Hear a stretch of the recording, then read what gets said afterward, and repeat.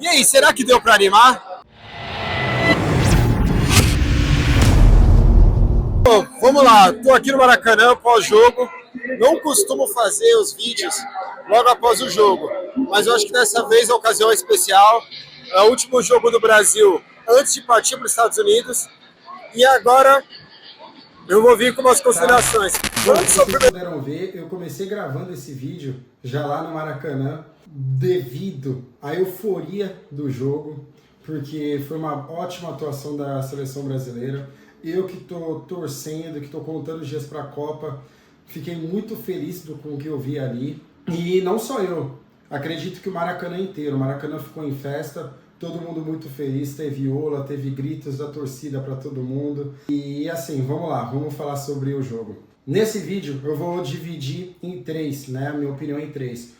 Vou falar sobre o primeiro tempo, o segundo tempo e o jogo em geral. No primeiro tempo, o Brasil agiu tão rápido que eu estava limpando a câmera do celular e o Vinícius Júnior já tinha feito aquele belo gol. Foi surpreendente. A torcida levou... depois daquele show do Ivete Sangalo, eu achava que o show do Ivete Sangalo, até brinquei. Será que o jogo vai ser mais emocionante do que o show da Ivete Sangalo ali? Porque todo mundo gostou do show que teve antes. Mas, sim, o jogo entregou muito mais. O Vini Júnior fez aquele gol ali, o Maracanã já começou a festa, que foi contida rapidamente, né, com o gol do Panamá logo em seguida. O que mais foi bola baixa, assim, do primeiro tempo, foi a demora, né, foi a falta de encaixe, foi um jogo não tão fluido do ataque brasileiro. No coletivo, eu acredito que o Rafinha não se encaixou muito bem, mas... Isso eu acho que vai melhorar com o tempo, porque a gente tem que levar em consideração que essa formação que a gente tem não jogou muito com o Ancelotti, não se repetiu tantas vezes. O Rafinha na última data FIFA se lesionou, só participou do primeiro tempo, né, contra a França. E isso teve sim um pouco da sua consequência, né, do ritmo do Brasil. E de forma individual, quem eu achei que não funcionou tão bem foi o Luiz Henrique, que não atuou onde atua melhor. Se vocês buscarem o vídeo em que eu falo sobre a escalação, o último vídeo que eu postei aqui no canal, eu falo justamente disso. O Luiz Henrique ele é muito mais eficaz atuando no último terço. Ele é um atacante que trabalha melhor com espaço curto, ele desbloqueia a zaga fechada, e eu acredito até que ele seja um jogador que lida melhor com o segundo tempo.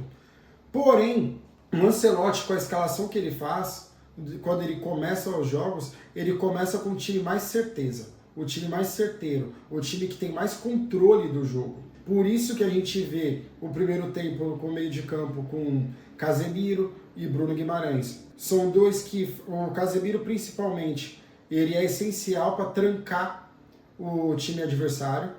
Quando a gente tem mais um detalhe, difícil para o Ancelotti estar sendo essa preparação para a Copa. A gente não consegue ter o time inteiro titular para poder mostrar jogo. Mas mesmo assim, nas últimas partidas a gente fez 9 gols. Dá para sentir que as coisas estão indo para um caminho melhor. O Luiz Henrique, conforme eu disse lá no último vídeo, ele atua melhor no último terço, desbloqueando a zaga. E quem eu acho que faria melhor a função diante da situação que o jogo teve seria o Ryan.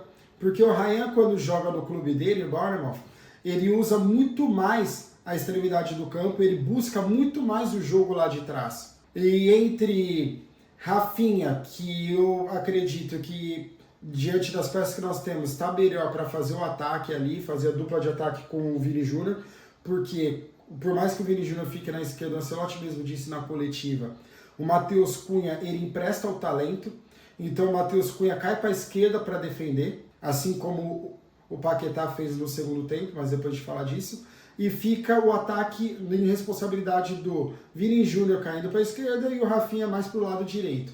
A subida do Wesley foi muito positiva, é um jogador que agregou bastante para o ataque brasileiro, atrapalhou muito a marcação do time do Panamá. Eu acredito que ele foi um dos melhores em campo no primeiro tempo, junto com o Vini Júnior, e o Luiz Henrique acabou sofrendo um pouco por conta disso. A equipe do Panamá, cabe a gente dizer, começou com o time titular e começou para ganhar, tentar ganhar, né? Que é a postura mais correta a se fazer. Hoje, no futebol atual, O time que não cai para cima, ele sim entrega o ouro. A gente pôde ver isso também na partida da final da Champions League, onde o Arsenal começou o jogo procurando o jogo e teve sim sucesso, conseguiu agredir o Paris Saint-Germain, mas a partir do momento que fez o primeiro gol se apequenou. Por quê? Porque seguiu a proposta de segurar o placar. E não foi. Diante de uma qualidade, se você arreia, você toma. E foi o que aconteceu com o Arsenal. Durou um tempo, mas não durou o suficiente para ser campeão. E a partir do momento que o PSG fez o gol, já estava ali claro. Agora, a tão criticada formação 4-2-4, eu defendo o seguinte. Diante das entrevistas do Ancelotti, ele sempre averbou o seguinte, que a seleção vai jogar melhor se tiver o equilíbrio perfeito do ataque com a defesa, porque é o que nós temos de melhor. Nós temos a melhor dupla de zaga, tanto é que eles estrelaram o jogo de sábado, no final de Champions League, e nós temos um ataque muito agressivo. Então o Ancelotti, quando ele usa o Matheus Cunha, ao invés de usar mais um meio de campo, como todo mundo fala, ele acredita exatamente nisso, que o Brasil tem que cair para cima o jogo inteiro. E se tiver que defender, o Matheus Cunha, ele faz muito bem essa de emprestar o talento.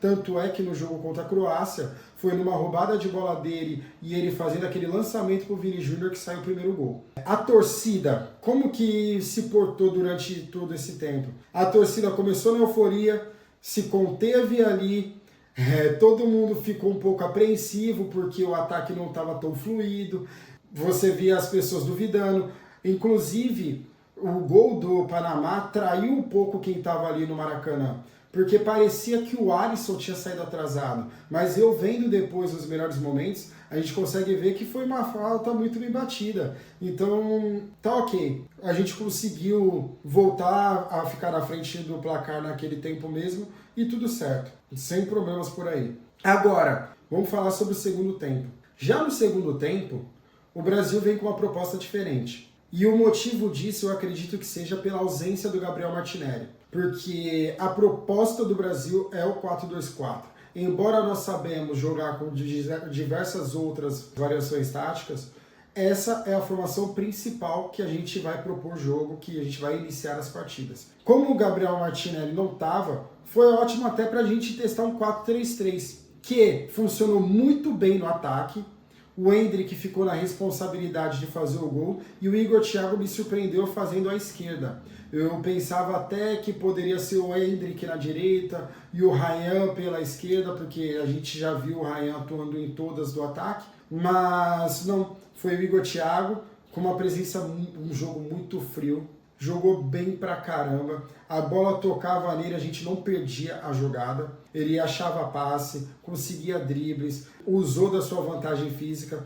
Que jogador é o Igor Thiago? O Igor Thiago, ele parecia até o maestro da torcida, a torcida não podia ficar calada, ele chamava a torcida para a festa, e festa foi o que a gente entregou. Diante dos gritos, oi, boa noite, será que vai ter gol do Ryan hoje? Saiu o gol do Ryan. A torcida do Flamengo não deixou barato, incentivou o Paquetá, saiu o gol do Paquetá. E igualzinho como eu disse no vídeo passado, onde eu falo sobre a atuação de cada jogador. Fui muito feliz naquele vídeo, pois eu descrevo cada função do jeito que aconteceu ali. O Paquetá cadenciando o jogo, fazendo um tiro de média distância, que foi como foi o gol dele. O Danilo pisando na área, fazendo aquele elevador, ajudando na defesa. Agora, vamos falar sobre o que não funcionou tão bem no 4-3-3 do segundo tempo. O gol do Panamá, se vocês voltarem e verem o lance, como que é que se dá? O Fabinho, que faz aquela função na frente da zaga, ele já estava atrapalhando ali o ataque do Panamá. O Danilo chega para fazer o reforço e tira a bola. Só que essa bola que sobra, quem deveria acompanhar o jogador foi o próprio Paquetá. Mas não acompanhou, o jogador teve espaço, fez aquele lindo chute e fez o lindo gol.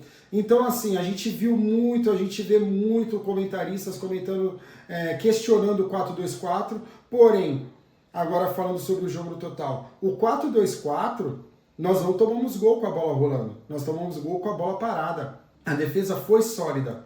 E eu creio que quando tivermos o Gabriel Magalhães e o Marquinhos junto do Casemiro, vai ser ainda melhor. Agora, no segundo tempo, no 4-3-3, aconteceu essa pequena falha aí. É que diante de um placar elástico que teve, tudo se passou e graças a Deus, e para mim também tá tudo ótimo. A festa do Maracanã também foi tudo ótimo. O Brasil foi Brasil, nós goleamos o Panamá. Por mais que seja o Panamá, a gente viu que no primeiro tempo o Panamá caiu para cima, como se deve jogar, entendeu? E nós soubemos manter a bola lá na frente. O gol aconteceu entendeu? Teve a falta, o cara bateu e fez o gol, mas nós soubemos jogar, nós jogamos para frente durante os 90 minutos, o placar aconteceu e isso me motiva ainda mais para a Copa. Essa vitória, o que foi bom? Foi bom para nós e também para a seleção, porque a seleção precisava sentir esse calor da torcida. E nós também precisávamos desses gols da seleção. Mas ninguém está iludido. Por mais que tenhamos feito 9 gols nas últimas 2 partidas, na antepenúltima contra a França nós tomamos 3-0. Então nós seguimos ainda com o nosso radar alerta, mas foi bom para a moral do time, foi bom para o ânimo da torcida, foi maravilhoso, foi um jogo ótimo, gostei bastante. Não tem como. Quem não virou a chave para a Copa depois de um jogo desse, pelo amor de Deus, não tem nem coração, né? E ótimo. Gostei bastante de como foi a postura da torcida, até mesmo os visitantes, né? A torcida do Panamá que ficou misturada ali dentro daquele mar amarelo de torcedores, eles gostaram. Eu encontrei uns amigos, né? Fiz umas amizades, né? Enquanto estava indo.